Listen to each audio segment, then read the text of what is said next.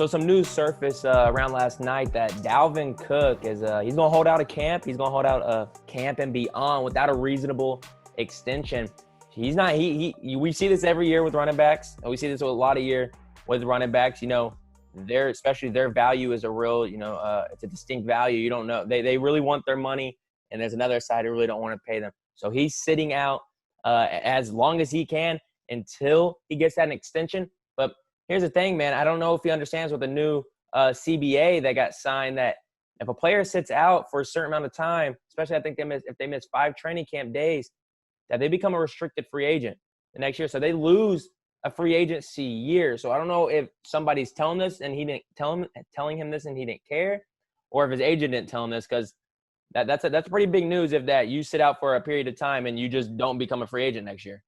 Yeah, I don't know if he knows the specifics of all that. Right. And even in this, the own Minnesota article talking about this, or actually written by Adam Schefter or whatever, the whole report came out yesterday. That's not even mentioned. So that's definitely an implication that needs to be considered. But when it comes to the money and Dalvin Cook wanting to get paid, we've seen it in the past with running backs wanting to get paid. Todd Gurley, David Johnson in the past, Zeke, and we haven't seen it really. Le'Veon Bell is another one. We haven't really seen it pay off for the team.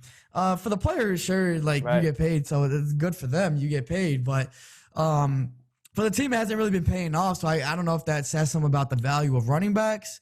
Maybe it kind of does, but also none of these running backs have been paired with a great quarterback. So, another case of this, Kirk Cousins isn't a great quarterback, so you're just doing that again. But the thing with Dalvin Cook, where I do think has some justification with this, is that he's not asking for Christian McCaffrey money, who just got paid. He just got paid. He's going to get $16 million a year, which is the most for a running back of all time. He's asking for 13. He's asking for $13 a year, which is what David Johnson signed a few years ago. Now, obviously, the running backs aren't getting paid, and it's not moving forward at a pace where quarterbacks are, which like every year you're just setting a new mark. It's not moving at the same pace, but it's still a few years old. David Johnson got paid that, and 13 a year it was pretty big at the time. But now you have 4 other players ahead of that. Yeah, you have 3 other players ahead of that, and he just wants to get paid $13 million like David Johnson. So he's not asking for a crazy amount of money. And if he gets paid that, then it just remains to be seen how the Vikings are going to be able to restructure their team. Do you think Kirk Cousins is that guy, can get you over the top? I personally don't, but and a little side note right there, they did just pay Kirk Cousins $150 over 5 years, so that's $30 million a year. He had 1 year left on his contract, and Dalvin Cook has 1 year left on his contract. So he's in the mindset of, you just paid Kirk Cousins this 5-year deal, and he had 1 year left on his contract. I have 1 year left on my contract, and our team isn't largely predicated off the past. I'm just as big of a piece as Kirk Cousins is, if not bigger. So I should get paid as well. So I would pay him if I hadn't paid Kirk Cousins. Now that I already paid Kirk Cousins, then it's something I am really going to consider. I do think Dalvin Cook is an integral part of that team, but it's just a matter of how are you going to utilize your resources and how are you going to be able to kind of spread the wealth there. And I don't know if I'm the Vikings. Yeah, no, it's Dalvin Cook. I'm a big Dalvin Cook fan. He went to Florida State. It's my favorite school. I think he's one of the most talented running backs in the league. And I think $13 million is a reasonable offer, especially because he was so great last year. He has been hurt every single year. Last year, I know he was only about 2, maybe 3 games, so it was better. But he still hasn't played that full season. Still got that injury history, and that's scary, especially for a running back whose shelf life isn't that long. So if you're going to pay them money and you don't want them to get hurt, and it's a position where you can have a guy, it's just a plug and play guy. You can have that guy who was a 6th-round draft pick and do at least 80% of what you do. Might not be like I said, not as much, but they can do that. So the position, the value, it's just decreasing year in by year out. And but I do agree the 13 for Dalvin isn't anything outrageous. I think it is an offer that is very reasonable. And you already got rid of Stephon Diggs. So I would be careful. I wouldn't be too greedy if I was the Vikings because you don't want to lose another big skill player. Yeah, that's as much as we say that skill players aren't you got to build the line and make pass rushers, they're still important. You can't just roll with none of them. So if you don't have Stephon Diggs anymore, Adam Thielen's aging, you get rid of Dalvin Cook, now you're in a hole. You got rid of two of your best skill players, so you never want to do that. So right. And he's not for that reason being, he's not asking for anything stupid. 13 million. Yeah. I get the injury history, but I mean, shit, I think he's being reasonable.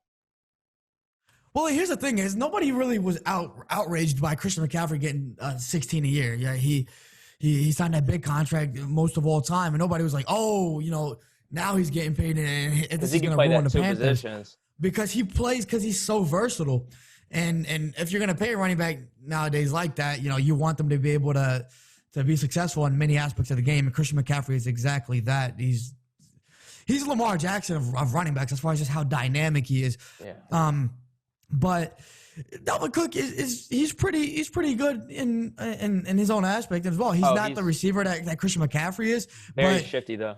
But he's very shifty. He's not going to be lining up at receiver and killing you from the slot, because Christian McCaffrey could be one of the best slot receivers in the league if he wanted to.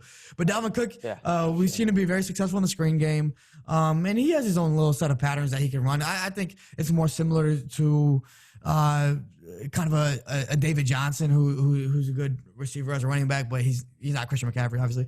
But so Dalvin Cook he's dynamic in that way where so you do have to think about, like, you're not just paying him as strictly someone who's running through in between the tackles, but he's a receiver as well. So when you consider that, then there is more value in that. You did lose Stephon Diggs, so you do have to consider we are going to have to replace some of that production outside of Adam Thielen.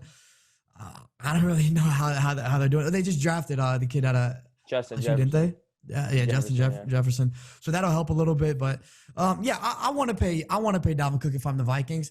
Like I said, Dalvin Cook is entering this position from a position where I think it's very justified. You're asking for $13 million a year. I think he could be asking for more, and he's not. So I think he understands the team that he's in, that we do need the talent that around us to succeed. It's not just me. Don't just pay me the big bucks and keep from paying everybody else. So I think he's coming into it from the right perspective, especially knowing that the Vikings did just pay Kirk Cousins, and obviously he's not a guy that's going to carry over. So pay me what I want. Pay me my $13 million. We have the talent around. We just drafted Justin Jefferson to help out Adam Thielen, and then the defense is pretty good as well. So, but I think both sides need to be trying to come together and get this deal done. Kirk Cousins deal is kind of questionable to me still to this point. Right. And if that hampers what they can do with Dalvin Cook, then I guess you just don't pay Dalvin Cook. But I think you try to figure it out if you're the Vikings. Now, you said you think he's coming from the right perspective, but we could also agree that he might not be doing it the right way because with this new CBA, holding out part. So considering that, right? Yeah, that could be really tricky if, which I don't think he would want to. I don't think any player would want to become a restricted free agent if they sit down. They would want to do that. So I don't see much of holding out. There's no way unless I don't see much of that. But the thing with Dalvin Cook, he deserves that money. And with Kirk Cousins, who's a guy that we have not seen win the big games, it is really good when you have a guy that you can hand the ball off to. As long as you put a defense out there and you have a top 3, 4, 5 running back in the league, Kirk Cousins, we're not asking you to do too much. Just be manageable. Kind of like what Jimmy G was last year. He led him to the Super Bowl. Just build that defense and run the ball. Yeah, but at some point, I want to see one of these quarterbacks win the big game. Jimmy G didn't win it.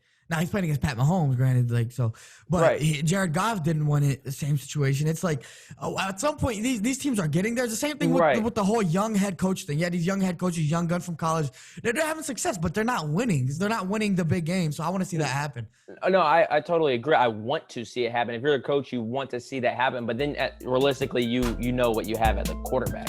So, I know I have Kirk Cousins, who's not going to be Pat Mahomes, Russell Wilson. Right. So it's the point that we want them to do that so we can see them elevate players and themselves. But as a coach, when you see this guy, it's like, or as an owner, as a GM, all right, we know what we got from this guy, and maybe he can do it this year.